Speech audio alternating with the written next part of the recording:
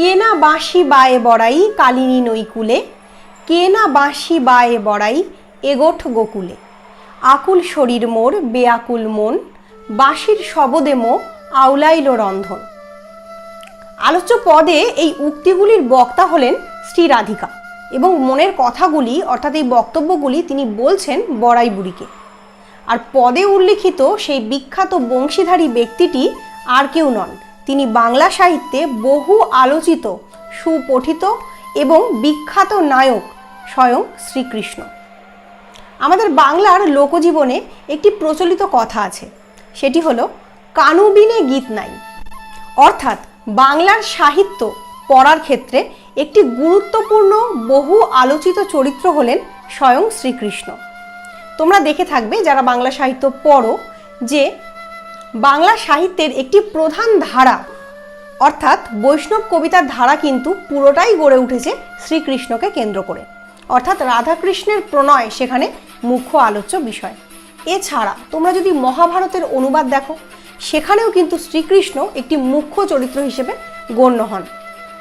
এছাড়া ভাগবতের অনুবাদ যেমন মালাধর বসুর লেখা শ্রীকৃষ্ণ বিজয়, সেখানেও কিন্তু প্রধান চরিত্র শ্রীকৃষ্ণ এবং তার জীবন হলো কাব্যের মূল অবলম্বন। তাহলে এখান থেকে বুঝতে পারছো যে বাংলা সাহিত্যে কৃষ্ণ কতখানি একটি গুরুত্বপূর্ণ চরিত্র। তবে একথা সবার আগে জানা প্রয়োজন যে বাংলা সাহিত্যে কৃষ্ণ কথার সূত্রপাত ঘটল কোথা থেকে। বাংলা সাহিত্যে কৃষ্ণ কথার প্রথম সূচনা করেছিলেন বিখ্যাত কবি বড়ুচণ্ডীদাস এবং তার লেখা সেই বিখ্যাত সাহিত্যটি আদি মধ্যযুগের বাংলা ভাষার প্রথম নিদর্শন। সেই গ্রন্থটির নাম হলো শ্রীকৃষ্ণ কীর্তন এবং মধ্যযুগের সাহিত্যের প্রখ্যাত কবি বড়ুচণ্ডীদাস এর রচয়িতা। তাহলে তোমরা বুঝতেই পারছো আমার আজকের ক্লাসের বিষয়বস্তু হলো শ্রীকৃষ্ণ কীর্তন। হ্যালো বন্ধুরা, বাণীপীঠ শিক্ষাঙ্গনের আরেকটা নতুন ক্লাসে তোমাদের সবাইকে স্বাগত জানাই। আশা করি আমার ভিডিও তোমাদের ভালো লাগছে। যারা আমার ভিডিও দেখছো তাদেরকে অসংখ্য ধন্যবাদ এবং যারা আমার ভিডিও দেখছো তাদের কাছে একটা ছোট্ট রিকোয়েস্ট, দয়া করে প্রত্যেকে আমার ভিডিওগুলি দেখার পর ভিডিওগুলোকে লাইক করো। তোমরা যদি লাইক করো তাহলে আমি বুঝবো যে আমার কাজ তোমাদের ভালো লাগছে। প্লিজ প্লিজ বন্ধুরা একটি করে লাইক অবশ্যই কিন্তু করো। বাংলা সাহিত্যের আদি যুগ বা প্রাচীন যুগের একমাত্র নিদর্শন হলো চর্যাপদ। এরপর বাংলা সাহিত্যের আলোচনা কোন দিকে এগোবে সেটা জানবার জন্য আমাদের অবশ্যই শ্রীকৃষ্ণ কীর্তন সম্পর্কে ধারণা লাভ করতে হবে। তার কারণ শ্রীকৃষ্ণ কীর্তনের আলোচনা ছাড়া বাংলা সাহিত্যের ধারাবাহিকতা কিন্তু আমরা বুঝতে পারবো না। প্রথমেই শ্রীকৃষ্ণ কীর্তন সম্পর্কে তোমাদেরকে কিছু সাধারণ তথ্য দিয়ে রাখি যেগুলো জানা খুব প্রয়োজন এবং যেগুলো থেকে প্রশ্ন পড়ে। যেমন 1909 খ্রিস্টাব্দে বসন্ত রঞ্জন রায় বিদ্যোৎবল্লভ মহাশয় বাঁকুড়া জেলার বনবিষ্ণুপুরের নিকটবর্তী কাকিল্লা গ্রামের দেবেন্দ্রনাথ মুখোপাধ্যায় নামক ব্যক্তির গোয়াল ঘরের মাচা থেকে শ্রীকৃষ্ণ কীর্তন কাব্যের পুঁথিটি প্রথম আবিষ্কার করেন।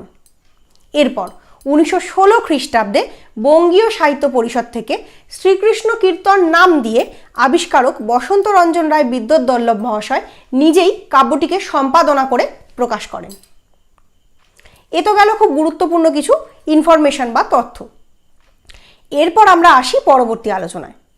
শ্রীকৃষ্ণ কীর্তন কাব্য প্রকাশ হওয়ার পর বাংলা সাহিত্যের একটি নবদিগন্ত উন্মোচিত হলো বা বাংলা সাহিত্যের আলোচনা একটি নতুন দিশামুখ খুঁজে পেল। শ্রীকৃষ্ণ কীর্তন এই গ্রন্থটি ছিল বাংলায় প্রচলিত কৃষ্ণ কথার একদম আদি নিদর্শন। অর্থাৎ এর পূর্বে বাংলা ভাষায় লেখা কোনো এমন গ্রন্থ ছিল না যেটি শুধুমাত্র রাধাকৃষ্ণের প্রেম কাহিনীকে অবলম্বন করেই লেখা।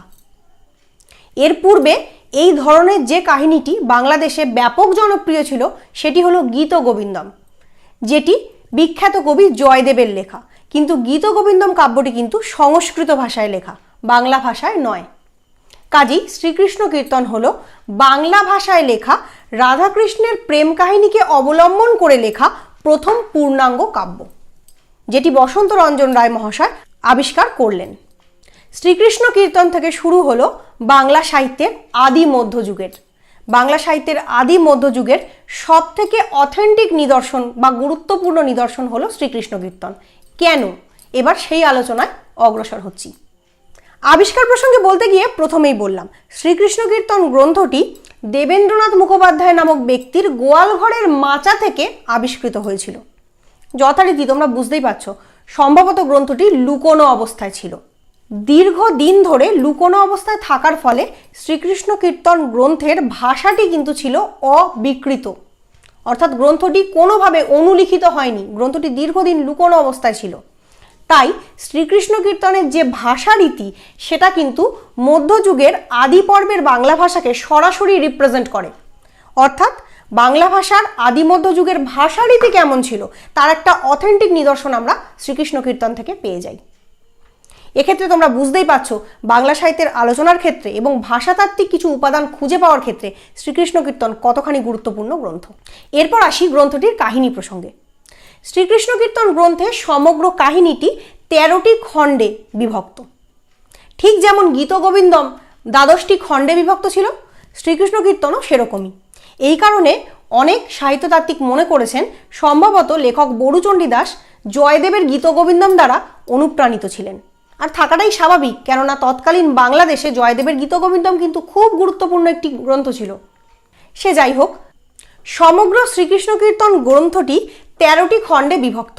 এই 13টি খণ্ড ক্রমানুসারে হলো এইরূপ: জন্মখণ্ড, তাম্বুলখণ্ড, দানখণ্ড, নৌকাখণ্ড, ভারখণ্ড, ছত্রখণ্ড, বৃন্দাবন খণ্ড, কালীয় দমন খণ্ড, বস্ত্রহরণ খণ্ড, হারখণ্ড, বাণখণ্ড, বংশীখণ্ড এবং রাধা বিরহ। এবার আসি শ্রীকৃষ্ণ কীর্তনের কাহিনী প্রসঙ্গে।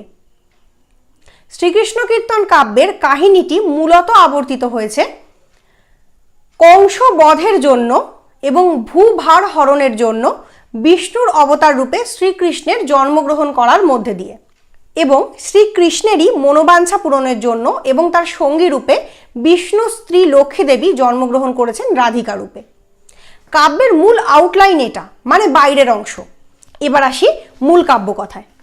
শ্রীকৃষ্ণ কীর্তন কাব্যে কৃষ্ণের জন্ম নেওয়ার মূল উদ্দেশ্য ছিল কংসের অত্যাচার থেকে পৃথিবীবাসীকে রক্ষা করা, কিন্তু আলোচ্য সমগ্র কাব্য জুড়ে কবি বড়ুচণ্ডী দাস মূলত দেখাতে চেয়েছেন রাধা এবং কৃষ্ণের প্রেম সম্পর্কে টানাপোড়েন। কিভাবে না, জন্মখণ্ড থেকে শুরু করে, জন্মখণ্ডে অবশ্যই রয়েছে কৃষ্ণ এবং রাধা দুজনেরই জন্ম লাভের ইতিবৃত্ত, যেখানে কিছুটা হলেও আমরা পৌরাণিক অনুষঙ্গ পাই। কিন্তু তারপর তাম্বুলখণ্ড, দানখণ্ড, নৌকাখণ্ড, ছত্রখণ্ড, এই সমস্ত খণ্ডগুলি জুড়ে এবং শেষ পর্যন্ত বংশীখণ্ড পর্যন্ত এসে সমগ্র কাব্যটিতেই আমরা দেখি বিভিন্ন উপায়ে কৃষ্ণ রাধাকে পেতে চাইছেন তার প্রেমিকা রূপে, এবং কোথাও কোথাও রাধার প্রতিরোধও দেখি। পরবর্তীকালে রাধাকৃষ্ণের প্রেমলীলার বেশ একটা জমাটি রূপ এখানে উপস্থাপন করেছেন লেখক বড়ুচণ্ডী দাস। প্রসঙ্গত বলে রাখা ভালো, আমরা ভাগবতে যে ধরনের কৃষ্ণ কথা দেখেছি বা বৈষ্ণব পদাবলিতে যে ধরনের কৃষ্ণ কথা পড়েছি, সেই কৃষ্ণ কথায় কিন্তু একটি দৈবী ব্যাপার সমানেই কাজ করেছে। অর্থাৎ সেখানে কৃষ্ণের ঐশ্বর্য রূপ, তার মাধুর্য রূপ, বৈধী ভক্তি, রাগানুগা ভক্তি, এই বিষয়গুলো কিন্তু গুরুত্ব পেয়েছে। সেখানে কৃষ্ণ স্বয়ং দেবতার অবতার, তার মধ্যে সেই ঐশ্বর্য রূপ কিন্তু ক্রিয়াশীল ছিল সর্বদাই।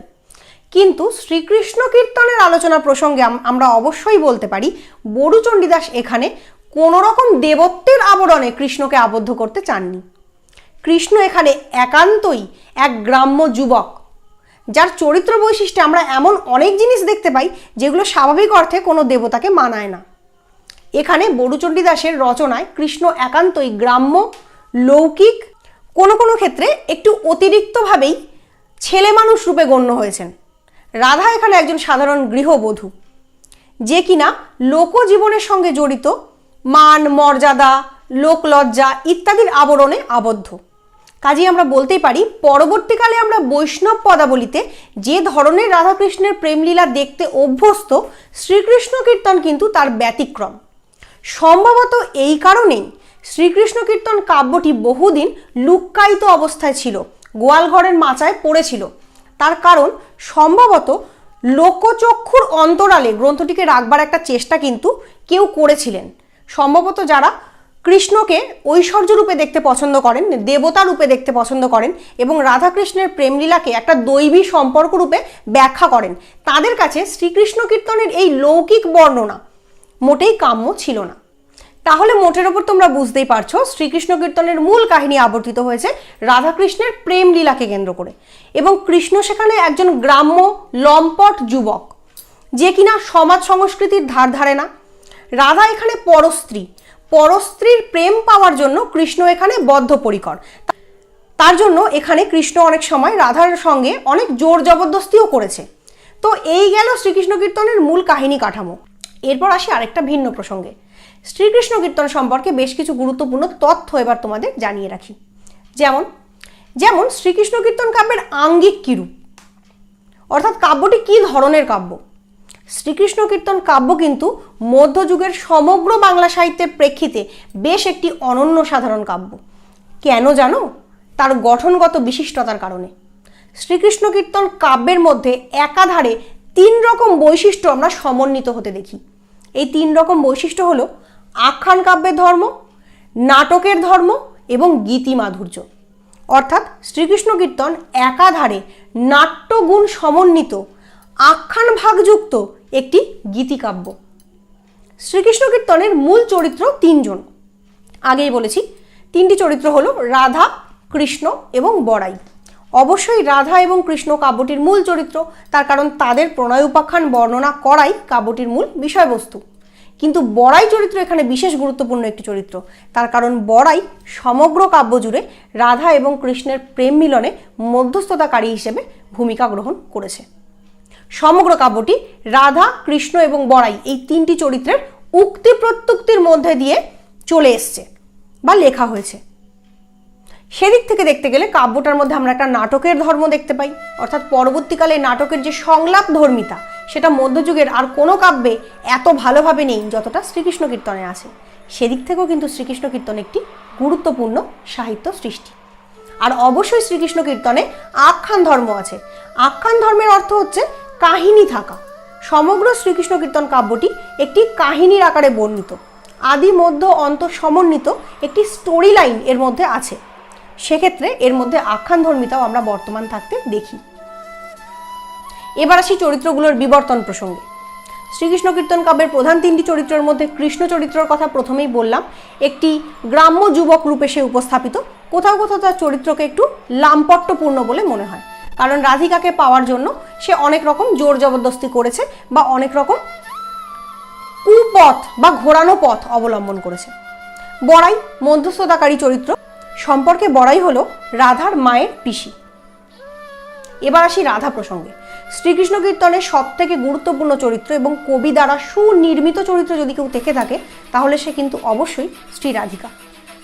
চরিত্রটির মধ্যে একটি ক্রমবিবর্তন আমরা দেখতে পাই। বর্তমান সময়ে আধুনিক যুগে আমরা যখন কোনো উপন্যাস পড়ি তার নায়িকা যেমন শুরু থেকে শেষ পর্যন্ত নানাভাবে বিবর্তিত হয়, শ্রীকৃষ্ণ কীর্তনের রাধাও কিন্তু তেমনই।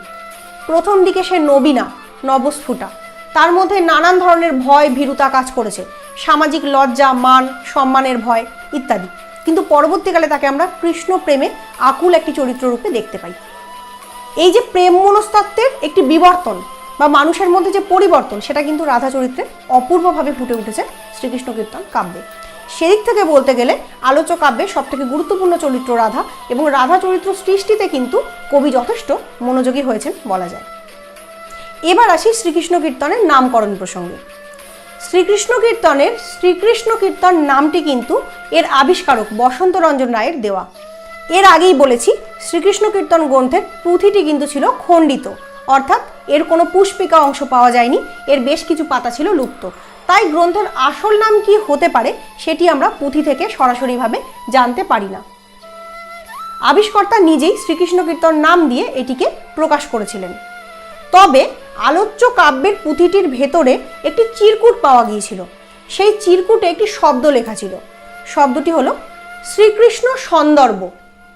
এই শ্রীকৃষ্ণ সন্দর্ভ শব্দটি দেখে অনেকে বলে থাকেন হয়তো কাব্যটির আসল নাম শ্রীকৃষ্ণ সন্দর্ভ হলেও হতে পারে। এছাড়াও কোনো কোনো বিদগ্ধ ব্যক্তি একে রাধাকৃষ্ণের ধামালি বলেছেন, কেউ বা একে রাধাকৃষ্ণের পাঁচালি বলেছেন, কেউ বা একে কৃষ্ণ কথা রূপে অভিহিত করেছেন। মোটামুটিভাবে আমি আজকের ভিডিওয়ে তোমাদেরকে শ্রীকৃষ্ণ কীর্তন কাব্য সম্পর্কে বেশ কিছু তথ্য দেওয়ার চেষ্টা করলাম। আশা করি আমার আজকের ভিডিও তোমাদের প্রত্যেকের ভালো লেগেছে। যদি আমার ভিডিওটি তোমাদের ভালো লেগে থাকে অবশ্যই আমার চ্যানেলকে সাবস্ক্রাইব করে রাখো এবং লাইক করে আমাকে উৎসাহ দাও।